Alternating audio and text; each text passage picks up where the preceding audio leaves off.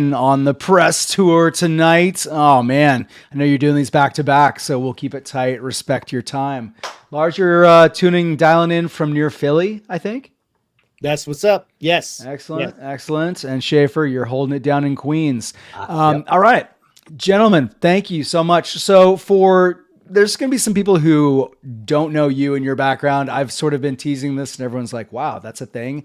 So tell me a little bit about either one of you. Lars, give me your take on the slice of the hip hop universe in which you two have been calling home for the last, holy cow, what is it, like 15, coming up on 20 years here? Yeah, coming up on 20 for sure. Man, all right. Describe it. Is it still nerdcore that we're calling it? Good question. Yeah. So in the late 90s, MC Frontalot, who was a web designer from Berkeley, started rapping about his Star Wars figures and was really good at designing his website. And so people picked up on this term nerdcore hip hop, which randomly was also a subgenre of pop punk that this band Nerf Herder was doing, that people called fans were calling it nerdcore, unrelated. And Frontalot likes me to not mention that second part. He texted me about it, and whenever I tweet about it, he's like, don't say that. So that's fine. And so nerdcore hip hop was popularized by him, created by him. And it's gone on to be this just nerdy rap. And it famously a few years ago was on Jeopardy with Alex Trebek, making fun of one of the contestants' love for the genre. He called us losers, and that gave us a boost. And it used to be very white and cisgender and male, and now it's like not exclusively those things. It's actually like very much not those things, which has made it more interesting. And it used to be really bad, and now it's like there's a lot of good artists. I don't know. Did I miss anything, Schaffer?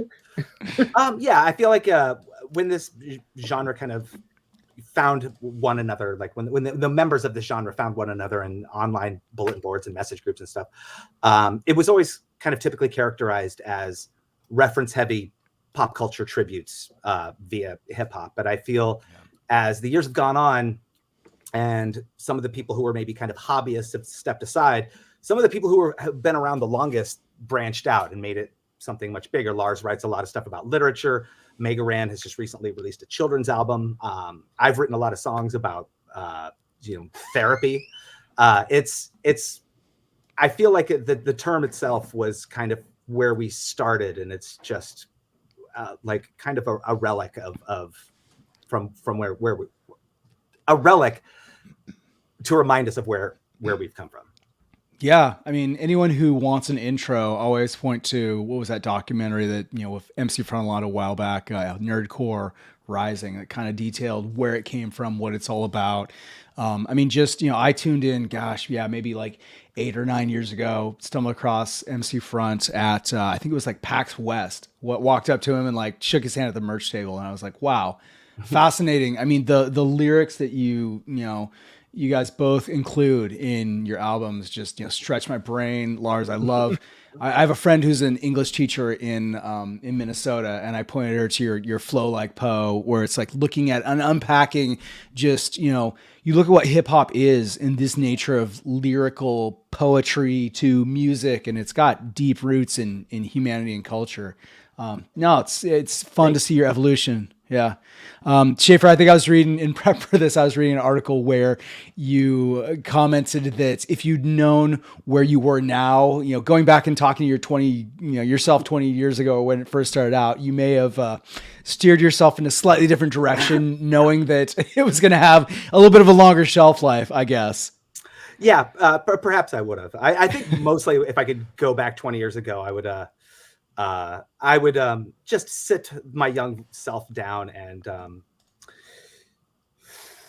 try to like instill some values that wouldn't take 20 years to grow into. Because I feel a lot of us have material that's that old that we desperately want to distance ourselves from at times. Yeah. You both are inherently, I see both of you as very adaptable. You've changed, you've grown, you've evolved.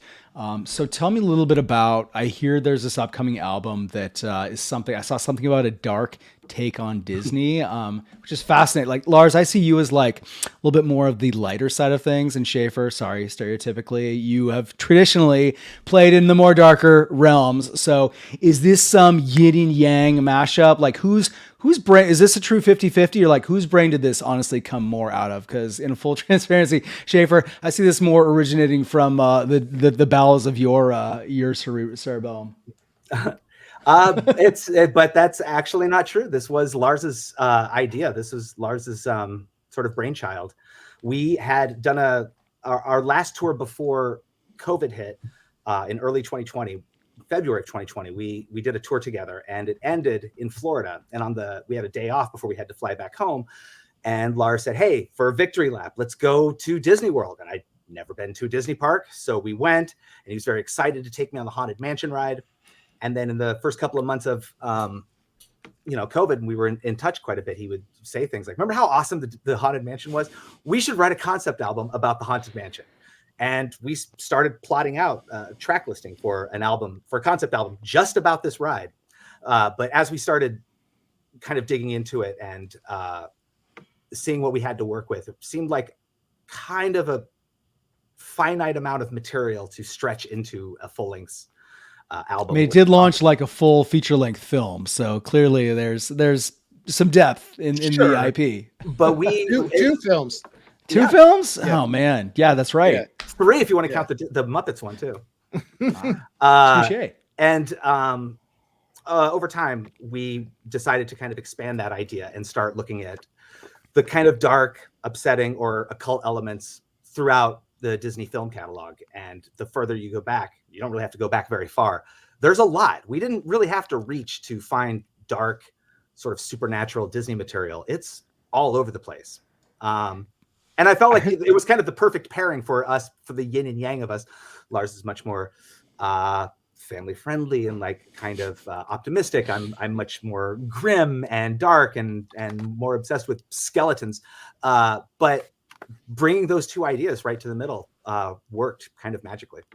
Yeah, no, it's a fascinating concept. I mean, Disney is in an interesting place right now. Brought Iger back, and the stock price. It's I think at a more or less low point. But maybe you're going to bring back some vitality. I mean, I have kids. I have not taken them yet. I know I'm not going to get past like 3 years longer before it has to happen.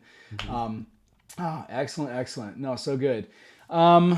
Lars, you two have been collaborating for a stretch here now. How is this, what was this one like, as compared to the previous ones? How was it, producing in this, in 2023 going into 2024, what's new? What's different? Was there something that was more challenging, more gnarly, easier, harder? How does this compare to the previous, now that we're out of COVID and getting back to whatever new normal is? How is this one for you? Well, I think being a parent I look at these old stories and movies in a way that's different, thinking about like truths about the world that struck me for the first time when I was a kid, like dark truths that you learn about, like what is death and how do you explain that to a kid? And I remember we were, I was in grad school and we were in grad student housing in California, and my son was like talking about how, he kind of was talking about our cat died, and he was like wondering what happens when we die. And my wife said, one day we'll die, Atlas. And he started crying. And he goes, "I don't want to be all alone. Don't leave me all alone. I'll be all alone." I was like, oh my God, like that's such a heavy thing to like have to tell a 2-year-old. Yeah. And like, it's like him having to figure that out. And like in Disney, there's a lot of death, especially a lot of death of parents. So it's like, how do you talk about this stuff in a way that is engaging and also like meaningful and real? And I think Disney does that really well. Like, even though Disney has done some problematic things, no giant corporation, media entertainment corporation, is beyond reproach. But I think something they do well is try to explain redemption and what happens after a tragedy and a trauma, and that's like a theme throughout. So, but this album's more about addressing specifically the trauma. There are only a few songs that are about like after what happens after death or whatever. And then we took some songs and made it happen. Like, what if this character died? That Disney never addressed. So it's just kind of album that, I want to like use this for my son to like listen to as he gets into Disney, because he's 3 now. So that was different than other records. It feels a little apropos for this cultural moment of 23 going into 24. I mean, looking back at what a hellscape the last couple of years were in like, I mean, I lost friends, I lost, friends' parents due to just the insanity that happened. That reminds me, have you heard the story of Walt Disney and the owl? No. This is amazing, and you need to, this is like literally canon, and it came out recently. So young Walt, I think he was like 5 or 6 or 8. He was trekking around. I think he grew up, I forget where he grew up. Someone will have to fact check me. Kansas. He was trekking through the backwoods of Kansas and came upon a big old horned owl in a tree. So being a young kid, he had a slingshot or he had a rock, and he winged the rock at the owl, knocked the owl out of the tree, and was like shocked because he was like, holy cow, I hit that giant owl. So he runs up to the owl, and in that weird fugue state that kids sometimes get into, he stomped the owl to death and literally just obliterated it. And it was a trauma that followed through his entire life with him. And you look at some of his early pieces, there's always an owl in it. And it was this deep psychic wound that sort of, you're talking about exposing like the darkness of the soul and kind of, being willing to look at that Jungian dark side that's inside all of us. It's fascinating. Well done. I think you two represent it well, that you can't have you can't have light without the darkness. It's the darkness, it's the contrast that brings it out. So, in looking at, what the stories that Disney tells, they're not willing, they're totally willing to go to those places that are honest. And they feels like in an era, because I look back at like some of the more mainstream entertainment we had when we were kids, it was very much just like saccharine pablum that didn't dive into some of those deeper, darker places. But kids, Lars, you're seeing it in Raising Atlas. I see it in Raising My Boys. They have a greater aptitude now than it feels like ever before to face down, daunting things and stare into the void a little bit. Yeah. And I would say like Disney now has less deep moments of darkness with their stuff. Like there's some really like Roger Rabbit's a great example because it's a kids movie, but there's drinking and murder and dipping shoes. Like they couldn't make a movie like that they'd have kids merch for, or Black Cauldron. Like the Pixar movies do address death, but I don't think, you know what I mean? It's like it was more it was different times. Not that they were better. It's just you could push the envelope of what was for kids, what was for adults, Yes. No, absolutely. Favorite tracks on the album. Schaffer, you go first. What's the standout that you're most proud of? My favorite song on the album is a song that is, and we kind of did this with a lot of them. Like if we have a song that is about a specific Disney property, it's not necessarily just, here's a song where we're going to tell you the story of this movie that exists, because that felt a little cheap. So we what we kind of do is we take some of these properties and we zoom in on like a particular character or a particular scene or something, and then kind of expand on that and kind of see what that really represented. So my favorite song on the album is based on Pinocchio, the 1940 animated feature. Our song barely mentions Pinocchio. It's not about him at all. It's about this weird moment in Pinocchio where the two bad guys, Honest John and Gideon, the cat, they meet this guy in a bar who's offering them money to help him with his enterprise. And his enterprise is kidnapping boys off the streets of London and then putting them on a boat, sending them to an island, letting them just run reckless without any sort of supervision. They get to fight and drink and smoke and gamble and destroy things.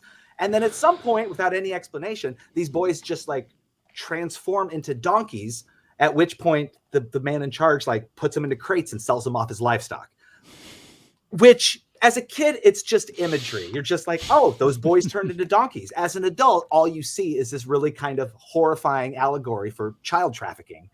So we wrote a song about that. This song called Pleasure Island. That's just about that kind of nightmarish side quest from this narrative. And that is my favorite song on the record. And it's also told musically. It's in the style of a sea shanty. And yeah, that one's probably my favorite. Love me a good sea shanty. My boys got into they stumble across the Wellerman track, and literally when they find something, it just plays on repeat until it becomes the gnarliest earworm. So kids love rhyming music and repetition and rhymes. Mm-hmm. Oh, absolutely. Lars, how about you? What are you most proud of on this? What's the standout?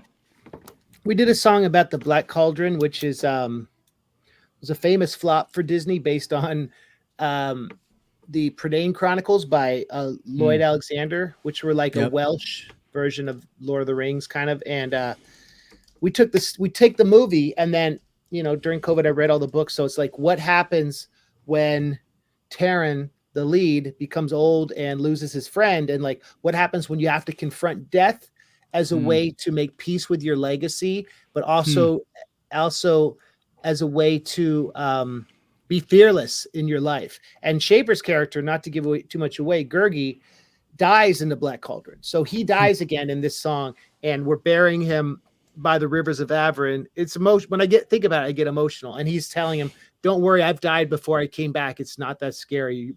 I'll love you, and we'll find you in Anwen, which is the afterlife in Welsh mythology. So that song is really special to me because it was a song that I played for my son, and he the demo, he was singing it, and my wife was like, what is that song? He's like, that's Daddy's song. And so that was special to me, that and I read him the Prydain, there's 2 Prydain Chronicles kids books that I read him that he likes. So so that's what's up. I love that. Is that on Disney Plus? Is that one of the ones that made the cuts? If I dig into the archives? Okay. Yeah. Pretty cool. It's good. I have never watched it, but I grew up with the Sierra made the Black Cauldron game for PC. 286 era, super blocky side scroller. I could never finish it. It got gnarly hard. It was one of those type to direct your character around, and if you didn't do it in the exact precise order. Fascinating. I had to go back and watch that. I love that. No, super good. It was PG, which was unique. They'd never done a PG rated movie because there's some really horrifying scenes with the demons and stuff like that. And then they were like, oh, kids are going to love this. But nope, they lost millions, and Who Framed Roger Rabbit saved Disney 2 years later. So that's right. It's interesting. Yeah. Dude, Tom, it's worth it because it's a beautiful movie, and the score is awesome, and the story is just really heartwarming, Yeah. Anyway. That's what's up. Is Who Framed Roger Rabbit, Lars? Is it safe to say that's your fave as far as Disney films? That's my favorite. Yeah. Yeah. Pretty great. Yeah. Great movie. Yeah. How you, Schaffer? You feel me? I think, I've learned that I saw a lot of these classic Disney films as a kid, and it's hard to really pick one of them to say that it's my favorite because so many of them are so upsetting or so problematic or so traumatizing in so many ways. I really my favorite Disney movies are ones that were made by Pixar. And I think my favorite of those, I have to say my all-time favorite Disney movie is probably WALL-E. Amazing film. I just love it so much. Yeah. That is up there. The Pixar era is so fascinating for Disney, and especially, and they took such a gamble with the soundscape in WALL-E. It doesn't have any spoken words for half an hour of the film. Yeah, and still I cried. Without any spoken dialogue. It's that opening 30 minutes is heart-wrenching. There are so many lessons in terms of just creativity that can be taken from Pixar. Everyone, I know Catmull wrote his book, and there's just so many, the way they've run their studio and just their process for making sure that everything that comes out the door is just of a superior pedigree is just, so many good lessons.